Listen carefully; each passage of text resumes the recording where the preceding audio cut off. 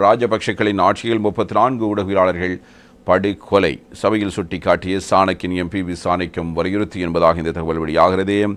ராஜபக்ஷகளின் ஆட்சியில் 34 ஊடகவியலாளர்கள் படுகொலை செய்யப்பட்டார்கள். இவர்களில் பெரும்பாலானோர் தமிழ் பேசும் ஊடகவியலாளர்கள். கோட்டாபய ராஜபக்ஷவின் அரசாங்கத்தில் உண்மைகளை மூடி மறைப்பதற்கு ஆணைக்குழுக்கள் உருவாக்கப்பட்டு அவர்களுக்கு சாதகமான முன்மொழிவுகள் வைக்கப்பட்டன என்பதாகவும் அவர் இவ்வாறு கூறுகிறார். எனவே இந்த விடயம் தொடர்பில் அரசாங்கத்தின் நிலைப்பாடு என்னவென்று இலங்கை தமிழரசுக் கட்சியின் மட்டு மாவட்ட பாராளுமன்ற உறுப்பினர் சாணக்கியன் இவ்வாறு கேள்வி எழுப்பியிருக்கிறார். பாராளுமன்றத்தில் சனிக்கிழமை நடைபெற்ற வரவு செலவு திட்டத்தின் நீதி மற்றும் தேசிய ஒருமைப்பாட்டு அமைச்சு மீதான குழுநிலை விவாதத்திலே அவரால் இந்த கருத்து முன்வைக்கப்பட்டது. எரிபொருள் தட்டுப்பாடு ஏற்படாது என்று அரசாங்கம் பலமுறை குறிப்பிடுகிறது. ஆனால் மக்கள் எரிபொருள் நிரப்பு நிலையங்கள் முன்பாக துணிந்து வரிசையில் உள்ளார்கள் என்றும் அரசாங்கத்தின் மீதான மக்களின் நம்பிக்கை சிதைவடைந்துள்ளதாகவும் அவர் குறிப்பிடுகிறார். புதிய அரசமைப்பு உருவாக்கம், உண்மையை கண்டறிதல் மற்றும் நல்லிணக்க ஆணைக்குழு தொடர்பில் அரசாங்கத்திடமும் ஜனாதிபதியிடமும் பலமுறை கேள்வி எழுப்பினோம். ஆனால் இதுவரை அதற்கு உறுதியான பதில் கிடைக்கவில்லை. இந்த நாட்டில் படுகொலைகள் இடம்பெற்றுள்ளன. அவற்றில் ஊடகவியலாளர் நிமலராஜன் படுகொலை 2001 இடம்பெற்றது. திருகோணமலை 5 மாணவர்களின் படுகொலை 2006. 5 தமிழ் மாணவர் உட்பட 11 பேர் கடத்தி படுகொலை, கீத் நோயார் படுகொலை, லசந்த விக்ரமதுங்க படுகொலை, பிரகீத் தெக்னலிகொட உள்ளிட்டவை பிரதானவையாக கருதப்படுகின்றன.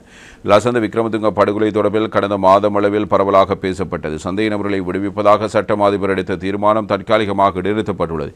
ஆகவே விடயத்தில் ஏதோ ஒரு மர்மம் உள்ளது. ஏனைய படுகொலைகள் தொடர்பில் அரசாங்கத்தின் நிலைப்பாடுகள் என்ன?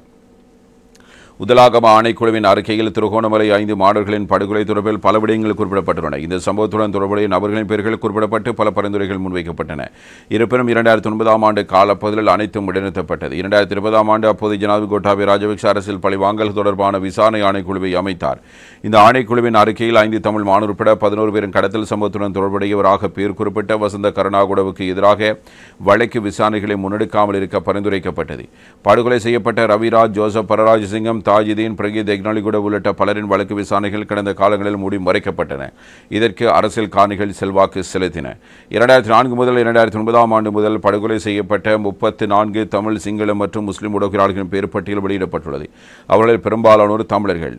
ஐயாத்துரை, நடேசன், கந்தசுவாமி, பாலனந்த ராஜா, லங்கா ஜெயசுந்தர, தர்மரட்னம், சிவராம், கண்ணமுத்து அரசகுமார், செல்வராஜா, செல்வரட்னம், கிருஷ்ணபிள்ளை, ஃபலீல், நவரட்னம், சுகிர்தராஜன், கனநாதன், ஜோர்ஜ், சயதாச, ரஞ்சித்குமார், லக்மால் டி சில்வா, மனோரஞ்சன் ராஜி, விஸ்வநாத், பாஸ்கரன், விமலராஜன், ரவீந்திரன், பாலச்சந்திரன், சந்திரபோஸ், சுதாகர், செல்வராஜ், ரவிவர்மன், நிலக்ஷன், சிதில்ராஜன், நிமலராஜன், சுபாஷினி, லிம்பியோ, தர்மலிங்கம், தேவகுமார், ரஸ்மி முகமது, லசந்த விக்ரமதுங்க, புண்ணியமூர்த்தி, சத்தியமூர்த்தி மற்றும் சசி ஆகியோர் இவ்வாறு படுகொலை செய்யப்பட்டிருக்க. அவர்களில் பெரும்பாலானோர் தமிழ் பேசும் ஊடகவியலாளர்கள். கோட்டாபய ராஜபக்ஷ அரசாங்கத்தில் அனைத்து மூடி மறைக்கப்பட்டன.